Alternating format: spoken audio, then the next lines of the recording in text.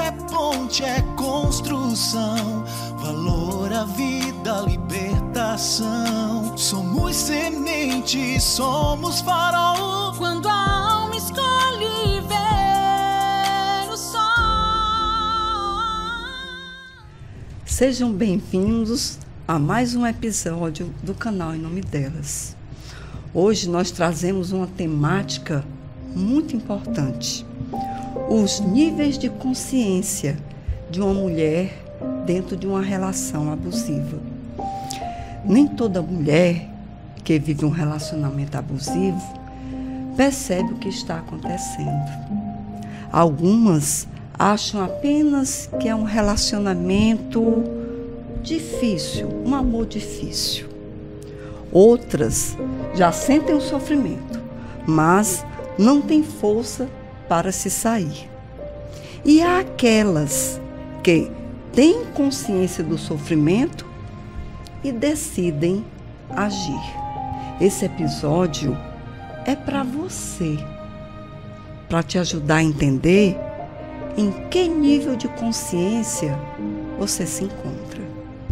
O Em Nome Delas, a gente vai conversar hoje sobre os 3 níveis de consciência: a inconsciência, a consciência sem ação e a consciência ativa. Cada um deles revela o quanto a mulher enxerga ou ainda não enxerga que tipo de relação ela vive. E é por isso que nós recebemos aqui a nossa analista comportamental, Messi Honorato, o nosso psicólogo Marcelo Cidrião e a nossa advogada, doutora Shirlis Amaro. É um prazer tê-los aqui conosco. Juntos iremos explicar com muita clareza como esses níveis se manifestam e o que cada mulher pode fazer em cada fase. E para começar, eu queria saber da Messia o seguinte: a gente vai começar falando do nível inconsciência, que é quando a mulher vive num relacionamento abusivo e acha que vive em um amor. Por que isso acontece? Primeiramente, temos que pensar qual tipo de visão de amor essa mulher tem, né? Parece confuso, mas hoje em dia se faz muito necessário que a gente volte ao básico, né? O que é amor? O que é que eu busco? Então, mas levando em consideração que essa mulher está, de forma popularmente chamamos de inconsciente, né? Entendemos que ela está com falta de sentido de si, de visão, né? Então, o que é a consciência? A consciência ela nos dá clareza para percebermos a realidade à nossa volta, como também para decidirmos de acordo com essa realidade. Então, eu acredito que é uma ausência de si, né? Quando ela está com essa ausência de si, como é a forma que ela busca se relacionar? Ela busca um relacionamento por amor ou para preencher algo que falta nela. E aí tem outras vertentes, né? Porque também há o que ela aprendeu como ela aprendeu a se relacionar, como ela aprendeu a aceitar, a negociar aquilo que é inegociável, que é a subjetividade dela. Então, para que ela tendo esse ato de inconsciência, de ausência de si, acaba se submetendo a relacionamentos, sejam em amizade, seja no trabalho, seja relacionamento amoroso, de forma que vai comprometer ainda mais esse nível de consciência dela, né, de si.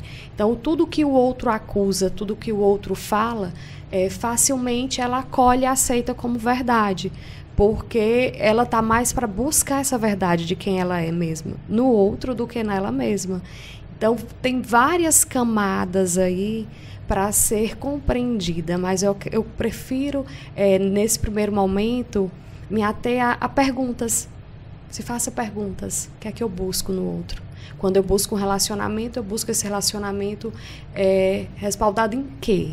Numa busca do amor, na busca de uma ausência, no sentido até mesmo de ser vista, porque tem mulheres que permanecem em relacionamento abusivo por dores às vezes da infância, dores do abandono. Pelo menos eu tenho alguém, pelo menos ele tem ciúme de mim.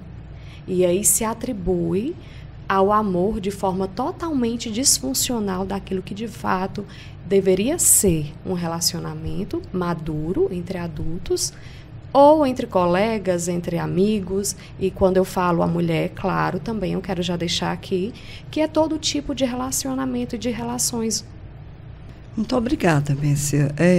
Doutor Marcelo, se essa mulher ainda não entende bem o que é o abuso, mas descobre que esse homem que ela está se relacionando, ou a priori conhecendo, tem um histórico agressivo, ou até antecedentes criminais, pesquisar já pode ser visto como um passo de proteção que pode ajudar ela a evitar que ela entre num relacionamento abusivo? Sim, pesquisar sempre é importante. Nós estamos tratando da violência contra a mulher no debate sob a ótica da vitimologia.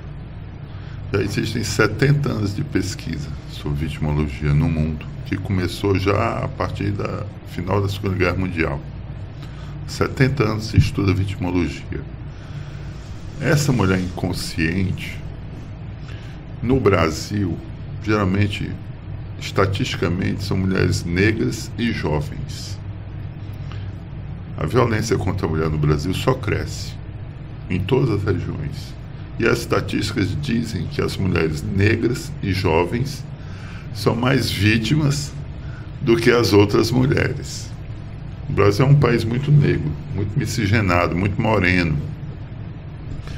Então é importante que essa mulher estude, pesquise, procure alargar sua rede de apoio, de proteção, né? Procure igrejas, centros comunitários, né? Ouvir programa de rádio, televisão, podcast, para se esclarecer, né? Porque essas vítimas totalmente inconscientes, elas crescem e se desenvolvem dentro de uma estrutura muito patriarcal, dentro de um machismo estrutural, né? E por que não dizer também dentro de um racismo estrutural, né? Então são camadas dentro da estrutura social do Brasil que precisam ser observadas, né? Eu queria lançar um foco especial para essas mulheres negras e jovens, porque estatisticamente elas são maiorias quando o assunto é violência. Ok. Doutora, existe algum meio legal de pesquisar quando você está entrando em um relacionamento novo, né? Existe uma maneira legal de a mulher pesquisar sobre o histórico desse homem, se ele tem algum antecedente criminal, se ele tem um histórico de agressividade em outros relacionamentos? Existe uma maneira de fazer essa pesquisa? E qual seria? Existe sim. Os meios eletrônicos, né, os meios sociais eletrônicos, é um meio bem relevante para que a mulher possa adentrar e ver, né, pelo nome da pessoa. Um que a mulher pode instalar no próprio celular, o Cinesp. É um app que ela pode baixar, né, um aplicativo no seu próprio celular, que ele vê o nome da pessoa completo, você coloca e procura se ele tem mandado de prisão. Então, é interessante que a mulher, qualquer pessoa de qualquer gênero, pode baixar e aí ver, né, com quem a pessoa que está se relacionando, porque você está no primeiro encontro, vai ali, pergunta o nome da pessoa, né? Você faz o quê? Faz aquelas perguntas já como fosse qualificando ali a pessoa, e ali você possa ser que você consiga um meio, né, de captar, colher aquela informação, perguntar em que ele trabalha. O Google também é uma plataforma bem ampla que você pode colocar o nome dele e ver se sai algum processo, né, que possa responder, porque se você for já para os antecedentes criminais, você vai ter que ter o nome completo, CPF, então já é uma coisa bem peculiar, porque você já passa para a documentação da pessoa. E o Sinesp, não, você pode baixar, se você perguntar o seu nome, de que família você é, né, então como é seu nome completo, então você já desperta aquilo ali para você ter esse cuidado. Ok. Doutora Shirley, muito importante essa observação, nós agradecemos. E agora vamos voltar aqui a pergunta para o doutor Marcelo. Doutor, a identificação do abuso, ela é libertadora.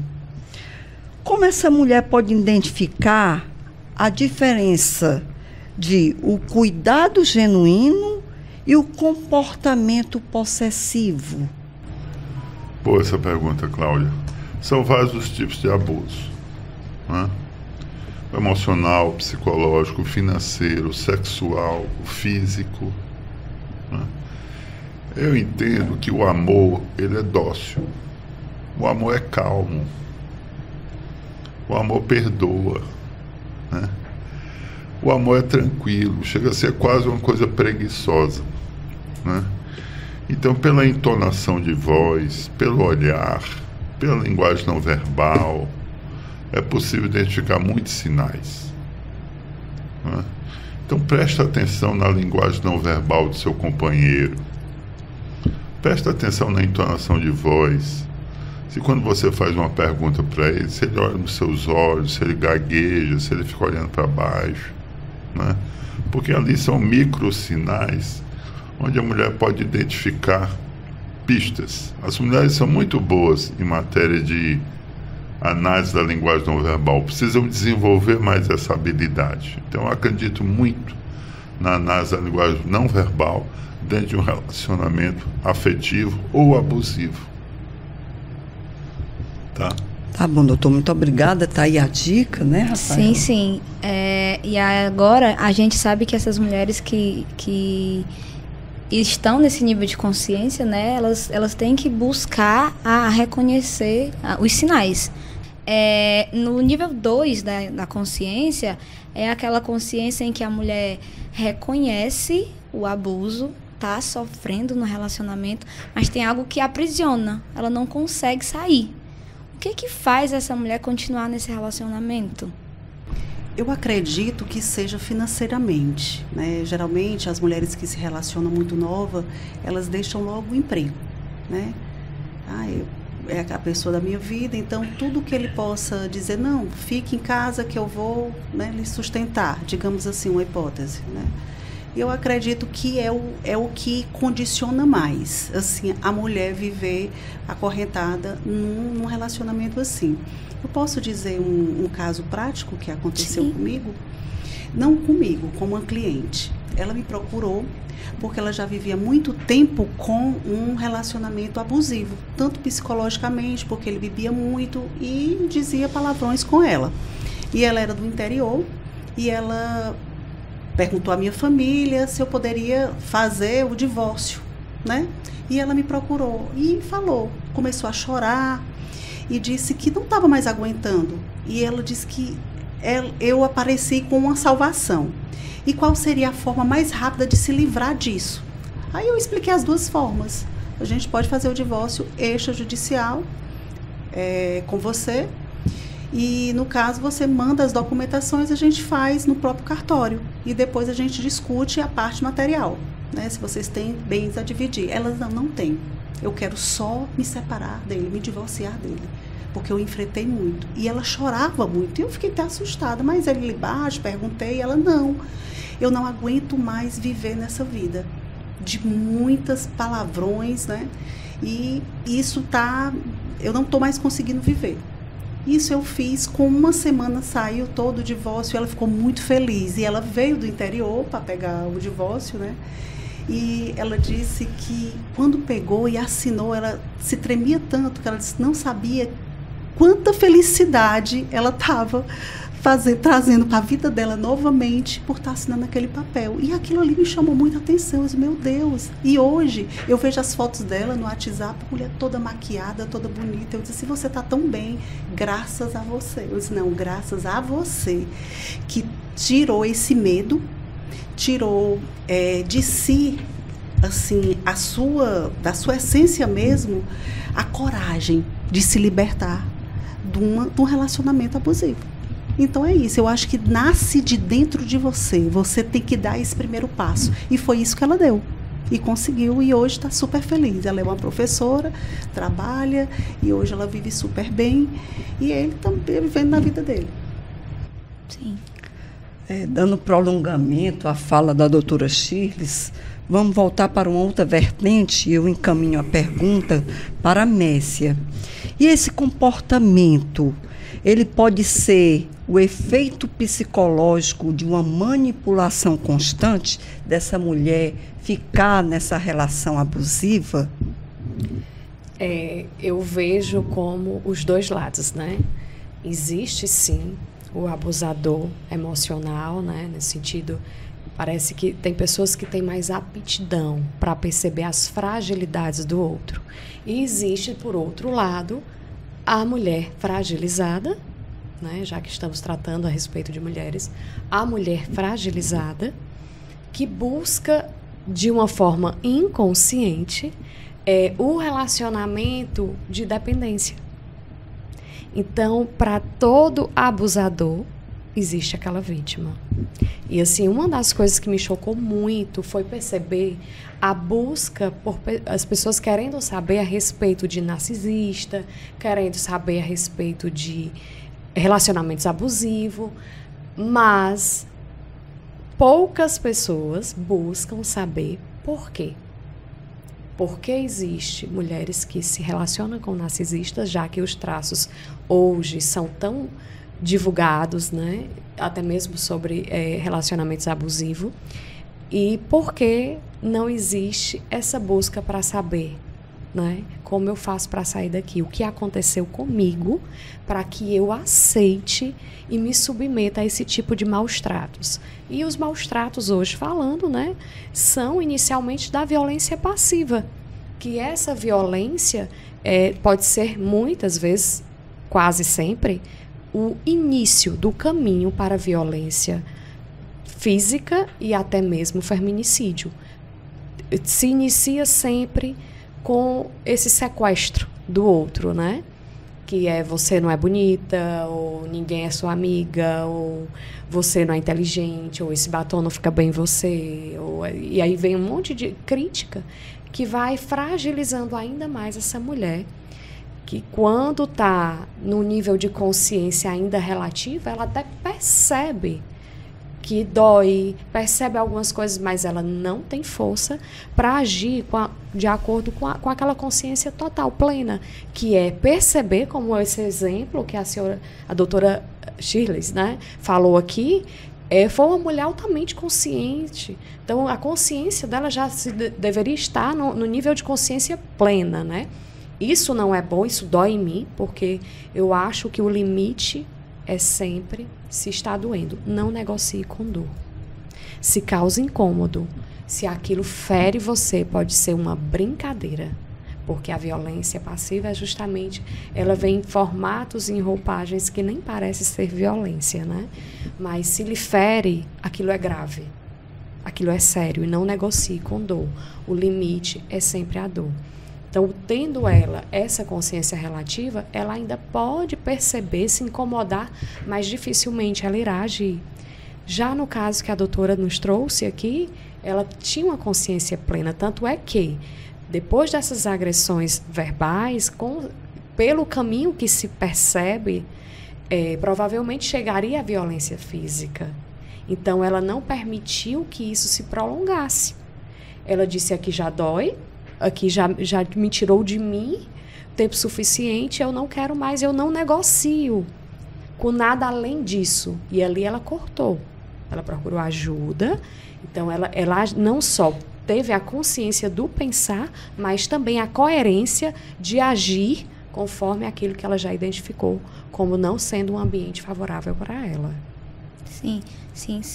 Mas no caso daquelas que não fazem a denúncia, né? Não seria por causa de medo de sofrer, por exemplo, uma represália? Já que a gente sabe que as medidas protetivas, apesar de serem consideradas eficazes, na prática não são, né, doutora Chiles? Será que essa falta de denúncia não seria um medo de sofrer? Porque a volta para casa depois da denúncia por parte desse abusador? Acontece muito, né? Esse caso. Até porque quando a mulher procura a delegacia da mulher e ela faz a denúncia, né? E ela sai com aquele boletim de ocorrência, com aquela MP, com aquelas medidas protetivas, ela só dura 6 meses. Principalmente as mulheres que sofrem já o psicológico, né? A violência psicológica. No caso, eu vou dar um exemplo familiar. Eu tenho uma tia que sofreu tudo isso com o ex-marido. Ele saiu de casa, mas sempre ele volta, né, fazendo isso. E há 6 meses ela fez essa denúncia, essa medida protetiva, e agora recebeu uma intimação da própria delegacia dizendo que já ia se expirar aquele prazo, se ela não queria renovar, mas só poderia renovar se caso tivesse outra violência. Quer dizer, então a mulher fica muito fragilizada e vê que as coisas assim ficam paradas nessa parte em relação na violência psicológica. Por quê? Porque ela não tem laudo. Eu acho que se tivesse já uma política pública em nome disso aí, para ter pessoas que possam fazer laudos, olha, eu sofri isso aqui, leva para o Ministério Público, e aí esse processo poderia andar, seria interessante nesse tipo de violência, né, na parte da violência psicológica, porque fica a desejar. Ele foi na porta da minha tia, fez, esculhambou, disse palavrões, palavras de baixo calão com ela já é uma idosa, ele também sendo idoso, e minha prima não aguentou e foi à delegacia. E ela me ligou revoltada, dizendo que ela estava totalmente indefesa, ele poderia ir lá a qualquer momento. Eu disse, prima, a única solução é você ir novamente, se ele aparecer aí, novamente na delegacia, e prestar queixa novamente e pedir nova medida protetiva. É isso. Muito bem, doutora Chiles. Então, dando continuidade à sua sugestão, eu tenho a lançar uma outra em forma de pergunta. Então, dentro dessa perspectiva jurídica, será que a criação de centros de defesa pessoal para mulheres em situação de violência, vinculados à assistência jurídica e social, seria uma proposta viável como política pública? Sim, de grande relevância. Até porque, quando a mulher chega numa delegacia especializada, ela for fazer isso e tiver já um assistente que possa colher aqueles pontos, dependendo do sofrimento que ela passou, se foi psicológica, porque quando é físico, vai para o IML, fica lá, então manda para o Ministério Público e o processo segue. Mas quando é psicológico, aí é o ponto de interrogação. Então, se tiver uma política pública que dê ênfase a esse ponto, né, que tenha mais robustez na hora que ela for fazer esse boletim de ocorrência e tiver profissionais já adequados para esse ponto, que dê laudos, o que passa, com essa casa de apoio, eu acredito que vai ter uma diminuição, eu acredito que a lei vai ter mais uma eficácia para essa vertente, para esse tipo de violência psicológica. Sim, inclusive eu tenho um PL de política pública com proposta de defesa para essa mulher, com a criação ou a existência já de centros, pode ser até uma escola, em contraturnos, né, para que essa mulher ela possa ter uma preparação, né, práticas de defesa pessoal.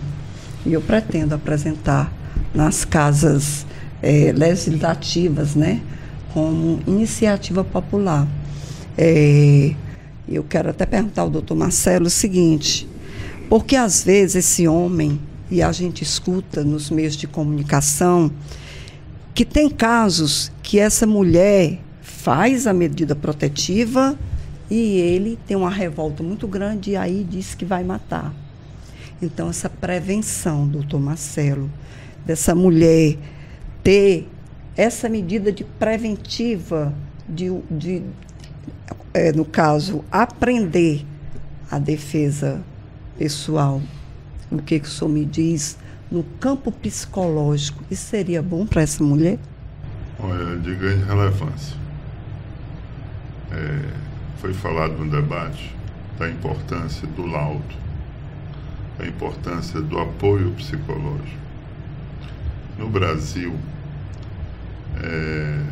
a área de psicologia jurídica é muito carente.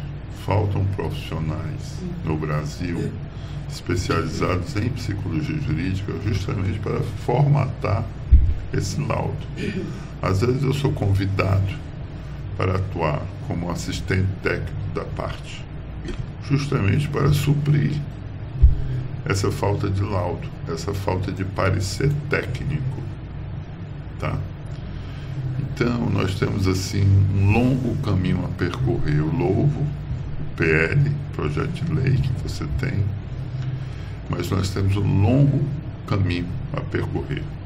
A Lei Maria da Penha ainda precisa ser mais enraizada na sociedade brasileira, porque as mulheres que fazem o BO correm um risco muito grande de um efeito bumerangue. Esse homem que sofre esse BO, ele também precisa de um apoio psicológico. Não é só a vítima, mas o agressor também precisa de apoio psicológico. E pouco se olha sobre esse ângulo, tá? Então não é só as mulheres que estão precisando de ajuda, os homens também estão, certo? Porque a sociedade está passando por grandes transformações. O século XXI é um século feminino e os homens não estão preparados para dividir esse poder, para essa passagem de bastão, tá? Então eu fico muito preocupado quando a mulher faz um BO numa delegacia, porque a gente não sabe a repercussão consciente e inconsciente que aquilo vai provocar na cabeça daquele homem, tá? É uma bola de neve.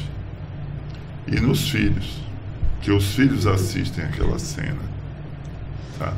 Então é uma problemática muito complexa. Então louvo o PL, que trata desse centro de apoio, que, a meu ver, não é só psicológico, mas também profissionalizante, porque essas mulheres geralmente têm a dependência econômica, que as amarram dentro do relacionamento, e elas precisam aprender uma profissão. Elas precisam desenvolver um empreendedorismo. E o Estado tem que estar preocupado com isso. Tem que ter uma política pública de empregabilidade para as mulheres vítimas de violência, né? Então fica aí a dica para os nossos representantes. Sim, sim. E o que a gente quer deixar claro, né, nesse episódio, é que a mulher ela não precisa acordar na dor, né? Se ela reconhece os primeiros sinais, ela já pode sair ela pode nem entrar nesse relacionamento, né? Ela já pode se livrar desde o começo. E a pergunta que eu queria lançar para o senhor é o seguinte: o quanto que esse conhecimento de si e de relacionamentos pode ser a diferença entre ela viver um amor saudável e um ciclo de destruição? Olha, o filósofo grego Sócrates já dizia: conhece a ti mesmo. Então é importante esse investimento pessoal, esse autoconhecimento. É importantíssimo, porque quanto mais você se conhece a si mesmo, mais você adquire capacidade, ferramentas para analisar e interpretar o mundo em sua volta, né?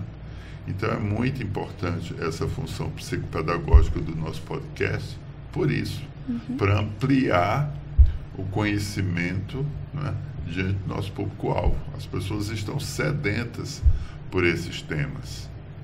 Então, mais uma vez, eu louvo a iniciativa de vocês duas. Obrigada. Porque esse canal tem tudo para crescer nos próximos meses e anos. Esse é o nosso objetivo, é que a Feito nossa uma mensagem bola de chegue para neve. mais pessoas o mais rápido possível. Porque, afinal de contas, o canal Em Nome Delas, ele tem um objetivo. É a gente informar para uma mudança positiva de comportamento. Isso. Porque o propósito, ele é bem nobre. É salvar vidas. A vida dele, a vida delas. E quando você faz com que esse homem se conscientize da sua conduta, que está errada, e que não é fácil mudar, né? É muito difícil a gente se transformar assim. Mas cada um de nós podemos chegar, né, nesse nível de consciência, se bem quisermos. E aí, quando esse homem chega e essa mulher percebe que está numa relação abusiva e ela toma uma conduta a se livrar dessa situação, aí entra quem? As crianças. Porque se esse homem se conscientiza, se essa mulher está informada, crianças, elas não ficarão mais órfãs de pai e mãe. Porque elas passam por um luto duplo. Essa mãe morreu e esse companheiro foi para a cadeia. E isso é uma destruição, né, doutor Marcelo? Doutoras, né? Doutoras, é uma conscientização que toda a sociedade deve ter, porque a vida de uma criança é destruída psicologicamente. E essa destruição psicológica, diga lá, Mércia, o que você me diz dessa questão da criança que passa por esse transtorno ao perder o pai e a mãe? É a disfuncionalidade, né? Incrível como sempre, nós vamos voltar à origem de tudo, né? E o que é a origem do aprender a amar? Aonde é que eu aprendo a amar? Se não no seio familiar. Sendo a família como for, né? É ali que eu estou aprendendo o que é amor. Como eu faço para ser amada, porque muitas vezes passa pela premissa do achar que tenho que fazer algo para ser amado, ou tenho que tolerar muita coisa para ser amado, para ser amada. Falando de mulheres, quantos pensamentos nós temos que nos libertar? Quantas frases foram atribuídas às mulheres que até hoje essas frases são condutoras para que a gente permaneça em relacionamentos como: a mulher é responsável pelo lar, a mulher sábia que edifica a sua casa, a mulher é quem faz o homem. E aí, a depender de como essa mulher vivenciou os relacionamentos, isso vai fortalecer um vínculo já de disfunção do que é o amor e de como se relacionar, e vai fazer com que aconteça novamente esse tipo de agressão, né? E fica muito mais propício para que isso aconteça, para que essa criança, na fase adulta, né, reproduza, seja como violência ou como passivo, como vítima dessa violência. Então, é indispensável a análise. Por isso que eu iniciei já falando que, primeiro, se pergunte: para que eu quero me relacionar? Por que eu quero me relacionar? O doutor Marcelo nos trouxe aqui dados voltados a mulheres mais jovens e mulheres negras, né?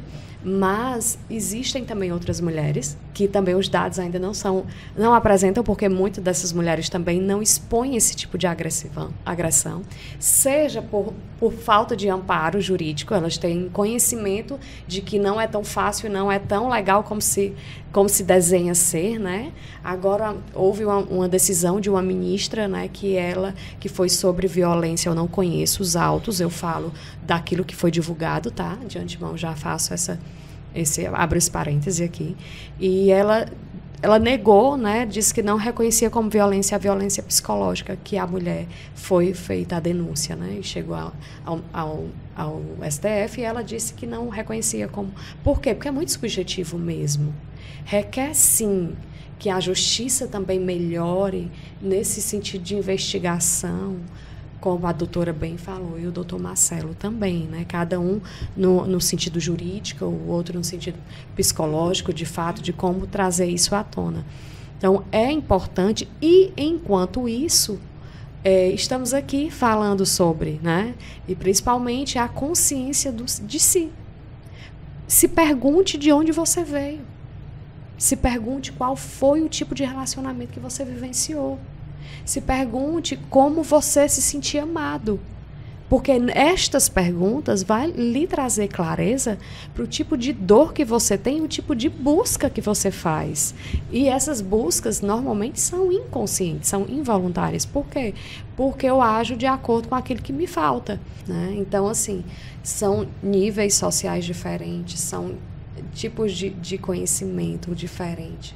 Porém, o ser humano é muito respaldado naquilo que vivencia, principalmente desde a infância, porque os fatores culturais interferem muito nas nossas decisões também, né? Aqui no Brasil nós temos esse tipo de violência muito acentuada. Em outros países tem outro tipo, porque vai também permear pela cultura de cada um, pela forma de criação, pela forma de educação, né? Porque existe também um caminho para chegar à vida adulta.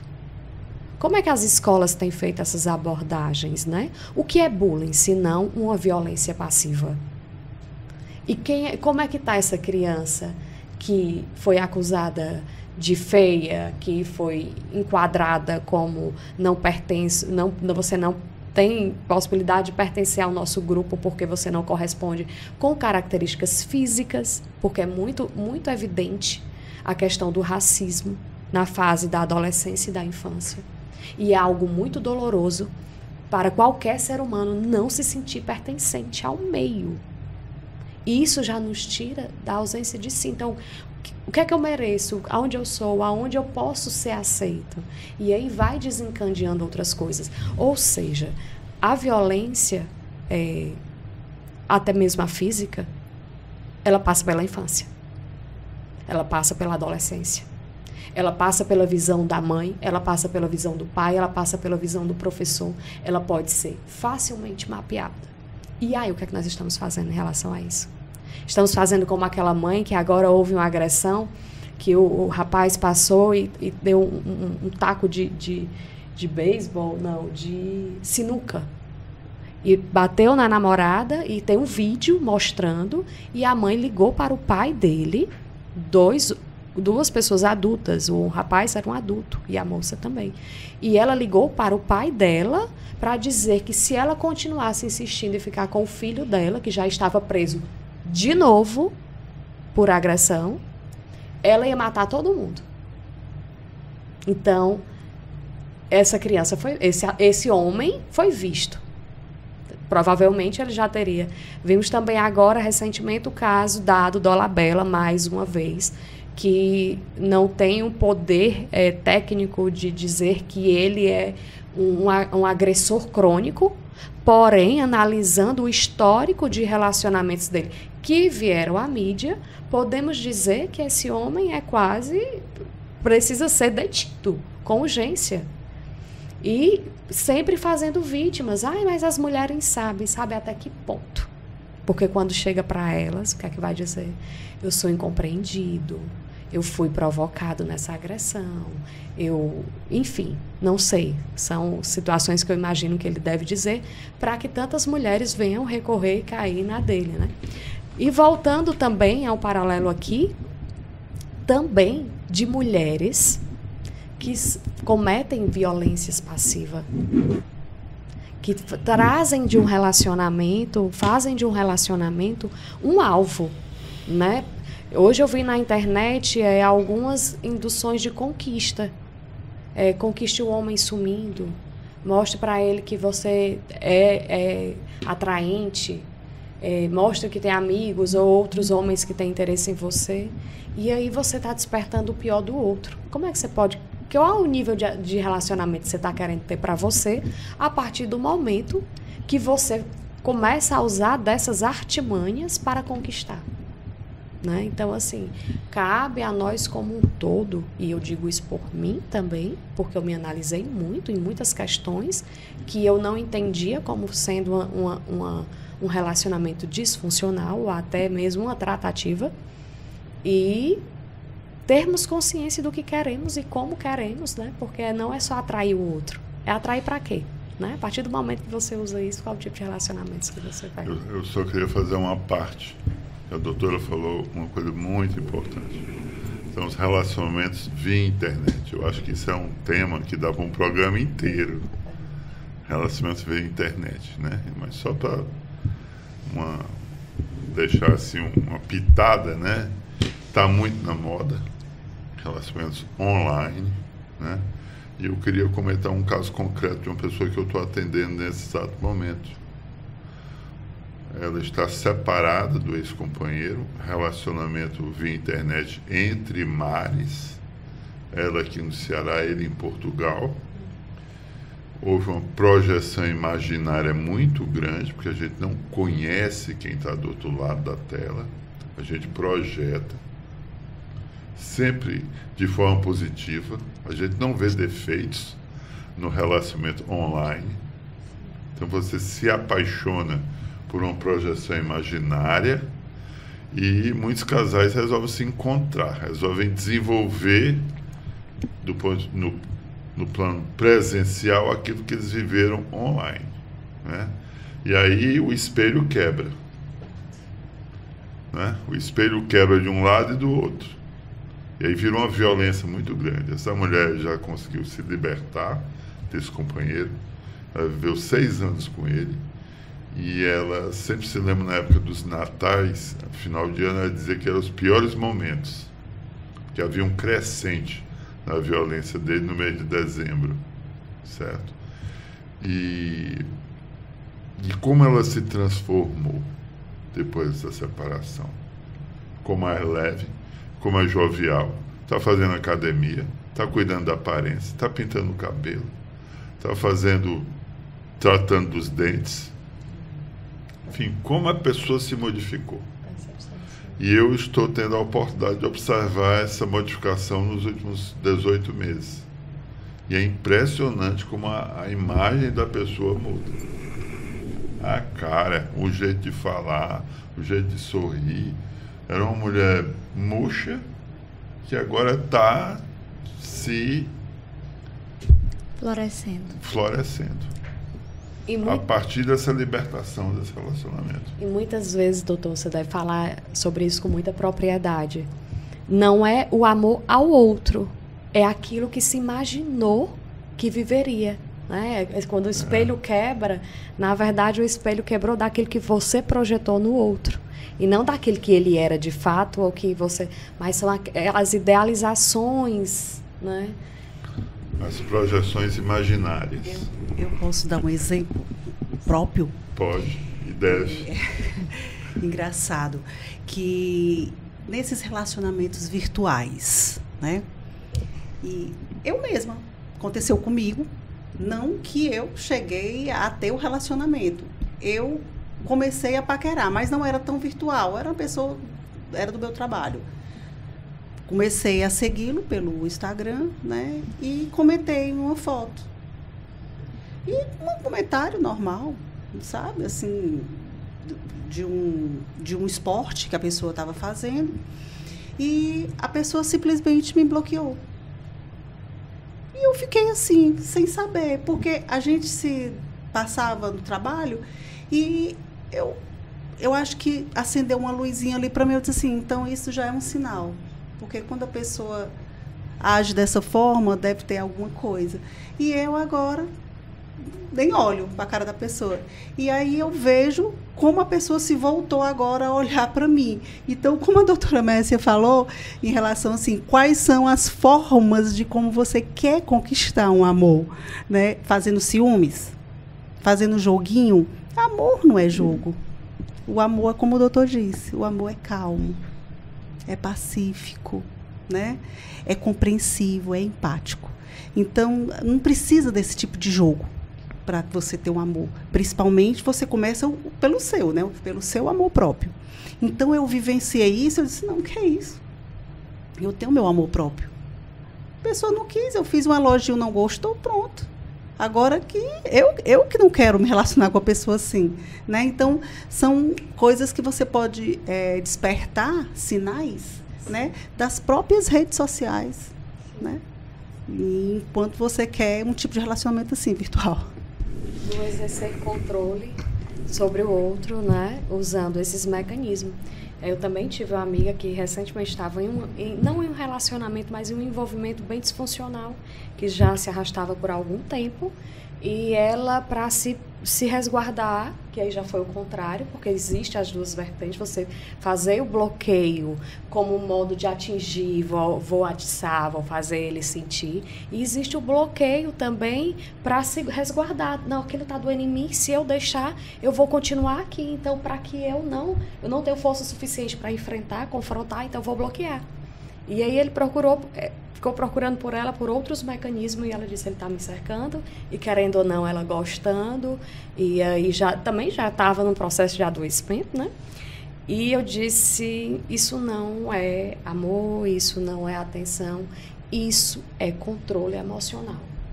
Então, você vai fazer o seguinte, você vai desbloquear. Mas ele vai, tudo que ele disser, você vai concordar. Se ele disser, vamos se encontrar, vamos. Mas a gente precisa conversar assim, assim, vamos conversar assim, assim, assim. E o que aconteceu? Quando ela concordou, ele sumiu.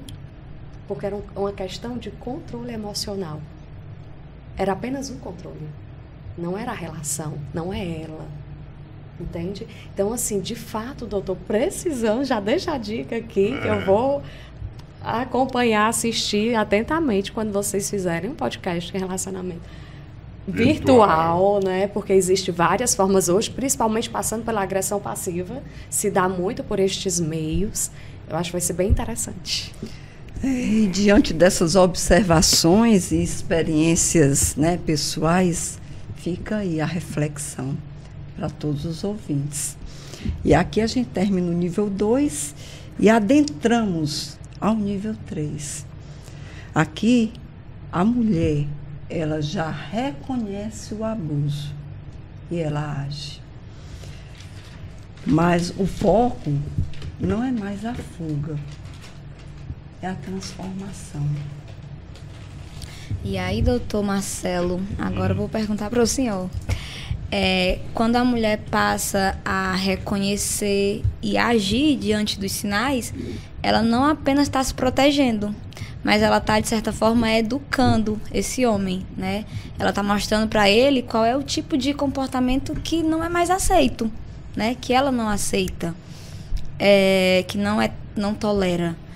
E eu queria saber como que essa mulher, a atitude dela, pode influenciar o comportamento masculino dentro de um relacionamento. Positivamente ou negativamente. As duas formas, por favor. Depende do perfil do companheiro, né? Tem homens que aceitam essa mudança, essa transformação, e vivem com essa mulher esse processo, que não é fácil, não é simples, é muito complexo e doloroso. Esse é o caminho positivo, construir juntos, de mãos dadas, né? Ele e ela e ele. É importante o apoio de outras pessoas. É importante abrir esse relacionamento para o apoio de profissionais. Existe um trabalho técnico a ser feito. Aí está a terapia de casal. A terapia de casal é para isso. Para que o casal se conheça, se reconheça, se desenvolva, né? Agora, o casal está afim, está disposto, dispõe de tempo, dispõe de recursos financeiros, né? Quer fazer essa travessia. Esse é o lado positivo. O lado negativo é o homem não aceitar, não reconhecer, aí entra um processo psicológico, a negação, um mecanismo de defesa, de negação. E aí você tem o machismo estrutural, você tem o racismo estrutural, e aí você tem uma brecha muito grande para a violência, para o feminicídio. Porque esse homem, ele pode virar alguém muito explosivo, muito tóxico. Ele vai tentar todos os jogos. Assim, me desculpa lhe interromper, doutor, mas eu queria saber no sentido de ela não chegar a ultrapassar os primeiros sinais.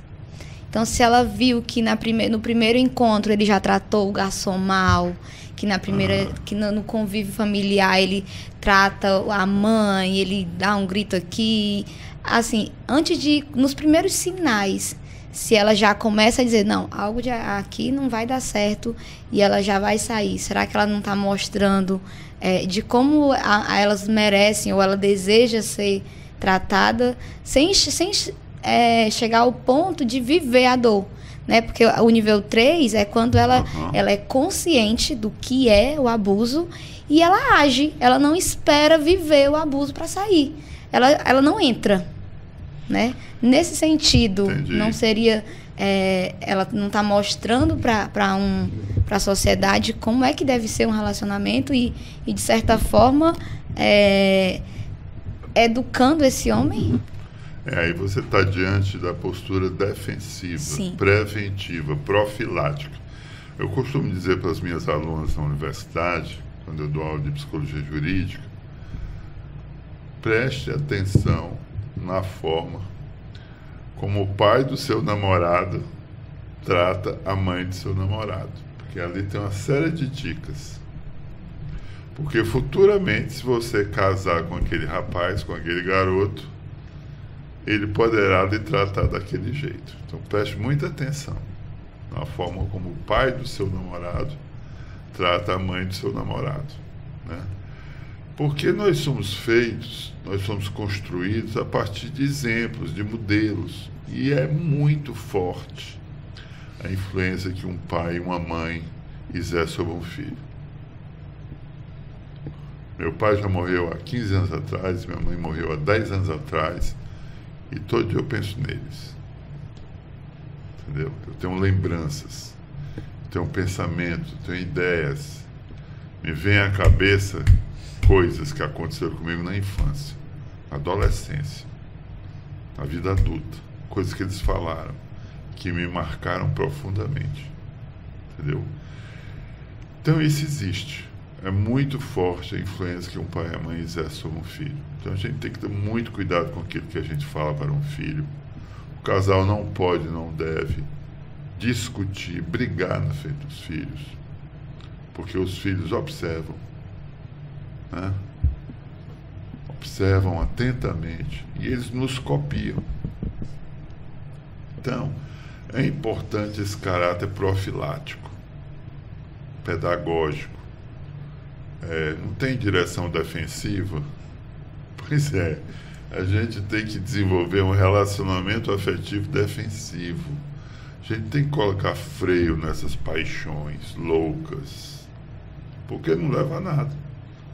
Estatisticamente, as paixões loucas, elas levam você para o precipício.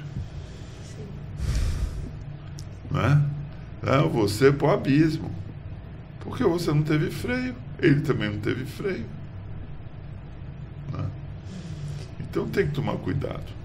E aí eu tenho uma pergunta para a Mércia. Essa mulher preventiva, que teve o amadurecimento de não querer entrar no início dessa relação, ou se ela entrou e teve tempo de sair, pois percebeu que não seria saudável, como essa mulher pode transformar a própria vivência em algo construtivo, inspirador, ajudando a disseminar uma nova forma de enxergar as emoções dentro da sociedade? É importante falar sobre as emoções, né? Os sentimentos. Ele permeia em todos nós, seja qual nível social, intelectual, moral, religioso. Nós vamos ter sempre esse conflito, né? Do que é moral e daquele que é. Então, essa mulher existe, graças a Deus, existem muitas, graças a Deus, contribui conosco, né? Falando e exemplificando. Mas, com certeza, é mais um posicionamento. É adotar um posicionamento. Então, o que eu estava falando agora no Clube do Livro que eu tenho sobre essência da alma feminina, e eu digo, escreva o que é inegociável para você. E a partir dali, não questione. Não faça acordos. Simplesmente pare. O melhor seria se a comunicação pudesse ser efetiva, tanto de um lado quanto do outro. Porque aí, quando eu digo ao outro, isso para mim é inegociável, aí ele fala, mas eu não fiz nada. Você que é chata, você que me cobra muito, você que quer que eu esteja ali todo o tempo, ou que eu lhe responda a qualquer momento, enfim. Que às vezes a mulher pede o básico porque não está tendo e o homem distorce dizendo que ela está exigindo muito. Então, assim, não é assim. Então, dê o diálogo para que haja essa comunicação, para que as coisas pudessem ser transformadas, seria o melhor das situações. Principalmente se são casados, né? Sentar e falar, meu bem, eu tolerei isso até aqui, mas agora eu estou percebendo que isso está me machucando. Então, se a gente não conversar, se você não procurar ajuda, ou nós procurarmos ajuda, vai ser difícil manter essa relação. Então, trazer clareza do que se percebe, eu acho o maior impacto, né, que essas mulheres que já se posicionaram dessa forma, de uma forma preventiva, que não é fácil também para elas, tá? Porque todo mundo tem seus sentimentos, tem suas emoções, mas, acima de tudo, elas não negociam o inegociável para elas. Então, eu acho que aprendermos com elas que é possível, sim, e que mesmo sentindo, né, porque é importante que se fale com muita clareza e com muita verdade. Porque, eu sou, eu consegui, eu pude, eu faço, eu posso. Mas e aí? Você não tem fragilidade diante disso? Não foi difícil? Não foi desafiador? Porque a questão é trocar as palavrinhas de difícil para desafiador. Porque o que é difícil é quase impossível. Mas o que é desafiador, eu posso me desafiar e conquistar e chegar lá. Muito obrigada. A doutora Shirley tem alguma coisa a acrescentar? Eu concordo com a fala da doutora Mércia em relação a esse conhecimento, né? O que é inegociável. Porque, assim, primeiramente na relação, em primeiro lugar, no caso, como eu falei, hipotético, que foi o meu, não foi nem hipotético, foi um vivenciado, né? Se eu fosse uma pessoa que não tivesse me questionado, né? Porque a gente tem os nossos pensamentos, né, de vulnerabilidade, de achar, eu já tenho uma certa idade, não tenho, e isso eu fui cobrada pela minha própria mãe, porque hoje eu não casei, eu não tenho um filho, eu fui a única que ficou em casa solteira. Então, isso eu sou cobrada pela minha própria mãe. Não arranjou ninguém ainda, né? Então, isso fazia com que eu não tivesse esse conhecimento, a carência afetiva viesse, aí eu disse, não, eu vou paquerar com essa pessoa virtualmente e vou seguir, talvez seja a forma, né? Então, eu tive já essa experiência, né? Essa consciência, já que a gente está falando, sim, preventiva, de me sair. E tem mulheres que gostam desse desafio, sim, não é? Gostam. E talvez se fosse antes, talvez eu até ficasse. Mas agora que eu tenho esse nível de consciência preventiva, eu não fico. Porque é uma pessoa que, perguntei até para pessoas do trabalho, é uma pessoa meio chata. Então, isso ratifiquei o que a pessoa disse. Porque se um comentário simples, de um elogio, a pessoa age dessa forma, quiçá um relacionamento físico. O que ele não poderia fazer, né? Sim, sim. E um ponto muito importante é o quanto nós mulheres somos cobradas socialmente e associada à realização da mulher o fato de ter um parceiro. Esses dias eu postei um vídeo falando sobre, sou muito de viver o que eu tenho, para minha abundância, usufruir do dia que você tem, da forma, das coisas que estão ali em sua volta. E muitos comentários, inclusive direct e WhatsApp, esse olhar de quem está amando, esse olhar de quem tem já uma pessoa, esse olhar é porque você já está apaixonada, quem é.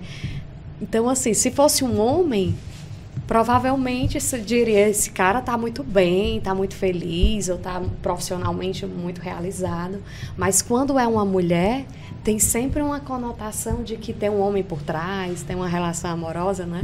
É aquela coisa, eu vi o Portela falar esses dias assim, tem 2 mulheres juntas, estão 2 mulheres sozinhas ali. Tem 3 mulheres sozinhas ali. Né? Então, assim, não estão só, se tem 2 homens, estão ali os 2. Né? Então, até dessas coisas tão simples, mostra o quanto a mulher, ela é julgada. Como eu digo, a gente tem que se libertar de quantos pensamentos, de quantas frases que foram atribuídas a gente. Até hoje, quantas coisas dessas a gente tem que se libertar, né?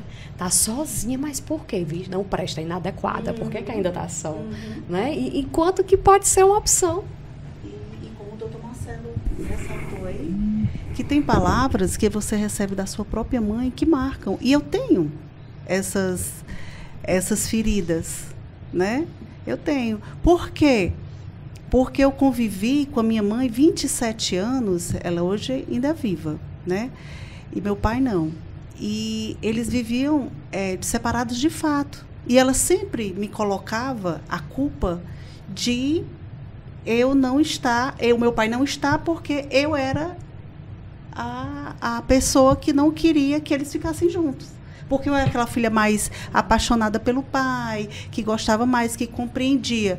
E a história da minha mãe, que ela não teve um pai assim como o meu pai, entendeu? Então, ela dizia, tu não casou, tá aí. Então, o que é que acontecia? Essas coisas que a gente escuta dos pais da gente, vai para a cabeça. Então, se você não tiver um discernimento, essa consciência preventiva, esse conhecimento, você faz besteira. Entendeu? Você entra em relacionamentos para poder fugir daquilo ali, daquela vivência. Então, o que aconteceu? Eu vi um relacionamento que não foi muito bom no fim da vida dos meus pais. Que não foi mais de amor. Porque eu imagino que o casamento seja assim, até a sua velhice. E meus pais não viveram a velhice juntos, já foi pouquíssimo tempo.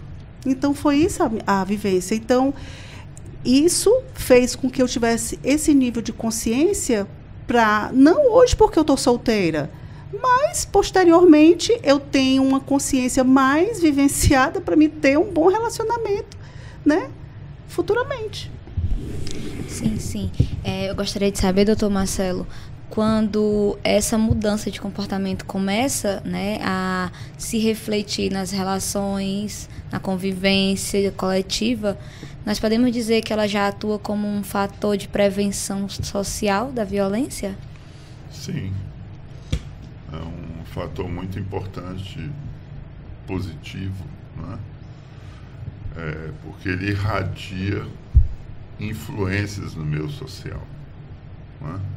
Quanto maior o número de pessoas, de casais, que conseguirem superar seus problemas, suas limitações, mais pacífica a sociedade se torna. E nós precisamos de uma sociedade pacífica. Nós precisamos desenvolver a cultura da paz dentro do contexto social, tá? Porque não está fácil viver no Brasil, né? Eu estou muito impactado com os números recentes do IBGE. Né? A violência doméstica está se alastrando pelo Brasil, em todas as regiões. A Lei Maria da Penha não está conseguindo, digamos assim, frear essa violência. A gente precisa de outras políticas públicas complementares, além da Lei Maria da Penha. E o que se verifica é que as mulheres negras entre 18 e 44 anos são as principais vítimas, né? Então é nesse setor da negritude, da periferia, que as políticas públicas precisam atuar de forma mais veemente. E é aí que a gente precisa de mais paz. Porque essa violência acontece na frente dos filhos.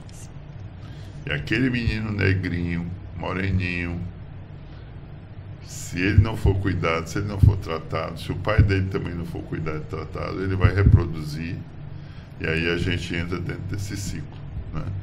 Então é aí que o Estado tem que atuar mais, entre os negros, entre os morenos, entre os pardos, nas periferias. Eu trabalhei muito tempo em Maracanã, E é impressionante a violência em Maracanaú. Cláudia trabalhou muito em Calcaia, né, Cláudia? Ainda estou lá. E eu também conheço bem Calcaia. E é impressionante a violência na região metropolitana de Fortaleza, mais até do que em Fortaleza, eu acho. Lá a coisa é mais crua, é mais nua também, sabe? É mais evidente, né? Então, eu estou preocupado com as periferias. Então, assim como eu vou usar uma frase que o senhor falou, é que geralmente o homem, no relacionamento, ele tem aquela mania, aquela de repetir o que ele vê os pais vivenciando, né? Então, nesse caso, quando ele vê que a mãe não aceita o abuso, né, e resolve agir, ou até mesmo quando ele vê o cuidado do pai pela mãe, ele tende a viver um relacionamento de uma forma saudável, porque é o que ele está vivendo em casa, né? E daí a importância de a gente estar informado, a gente ter essa consciência plena para poder mostrar para os filhos a maneira correta de se relacionar. Copiar o modelo. Eu sou cristã e fala muito da essência de amor, né? Que Deus é amor. E muitas vezes eu percebo que há pessoas que não têm conexão com Deus ou têm dificuldade de buscar, seja qual for sua religião, por espelho dos pais, da paternidade. Então, a paternidade foi tão dolorosa, foi tão difícil, que é difícil olhar para um Deus que se atribui também como um pai, e enxergar amor nesse Deus, e ter dificuldade até do que é amor. Mas o amor é nossa essência, e é essa essência assim, que a gente deve preservar. Eu acho que consciência é excesso de essência. Quanto mais consciência, mais excesso de si você tem. E fazendo já assim uma fala, finalizando, né? Que amem, estejamos sempre dispostos a amar, né? E a aprender o que é amor, porque a gente vai sentindo e construindo uma nova memória, uma nova consciência a partir daquilo de bom que a gente tem dentro da gente e tem anseio de viver. Isso. Eu queria deixar uma frase aqui de Santa Teresinha. Você é aquilo que Deus pensa de você, né? Então, sempre pense assim, sejam empáticos e sejam empáticos com você, né? Em primeiro lugar. Sim. E saindo da questão coletiva, né, dessa convivência e funilando para o seio familiar, eu pergunto agora, para finalizar a fala com o doutor Marcelo, e quando essa mulher transmite esses valores aos filhos, ao ambiente familiar, podemos afirmar que ela está construindo uma nova base emocional para as próximas gerações? Como esse processo se consolida dentro da família? Ela está construindo uma nova sociedade, né? Uma sociedade com elementos femininos, com elementos afetivos, né? Com afeto, com carinho, com amor, com diálogo, compreensão, certo? Estabelecendo novos paradigmas. E esse é o caminho do século XXI. Eu entendo que o século XXI é um século da mulher, é um século feminino, certo? É um século que nós estamos aí no início dele, né? Que vai ter muita transformação no mundo, né? Muita economia criativa, muitas formas de família, né? E acredito na monogamia. Eu não acredito no trissal. Eu não acredito na poligamia, sabe? Eu não acredito nas pessoas que se dizem polissexuais, né? Um dia desse eu vi um processo que o cara se dizia poliafetivo. Eu fiquei me perguntando, meu Deus, o que é isso? Né? Certo? Então, a sociedade precisa de mais amor, mais afeto, mais diálogo. precisa de especialistas nessa área. Nós estamos muito dentro da inteligência artificial e nós precisamos da inteligência humana, certo? Essa da psicologia jurídica não tem, a inteligência artificial ainda não entrou, sabe? Não dá para competir, porque não é tecnologia, é afeto, é diálogo, né? Então aí a máquina não entra, tá?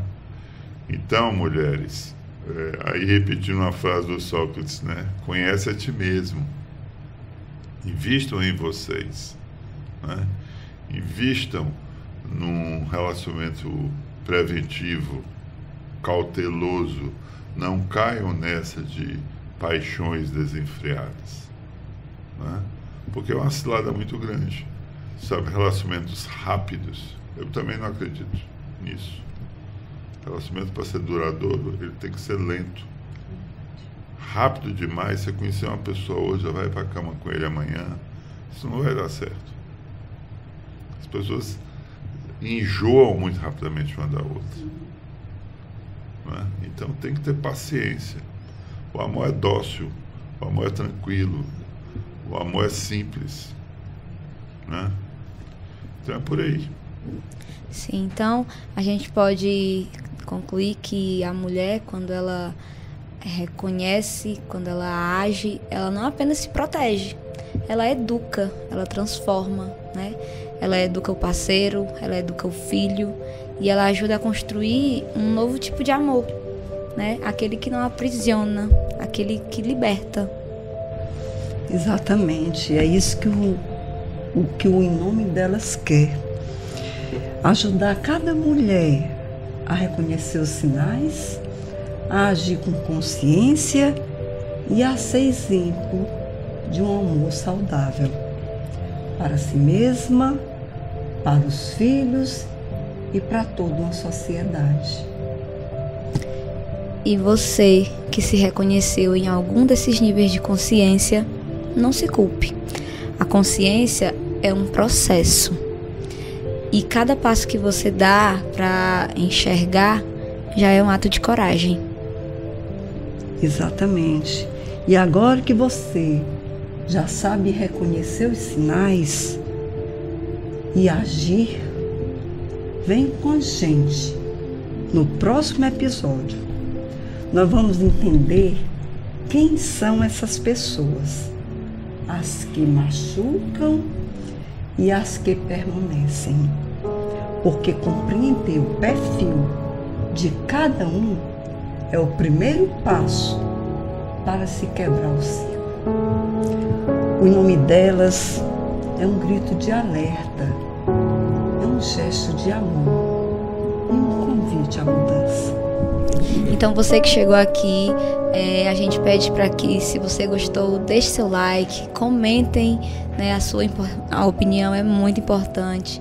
Compartilhe nosso conteúdo e é um prazer tê-los aqui.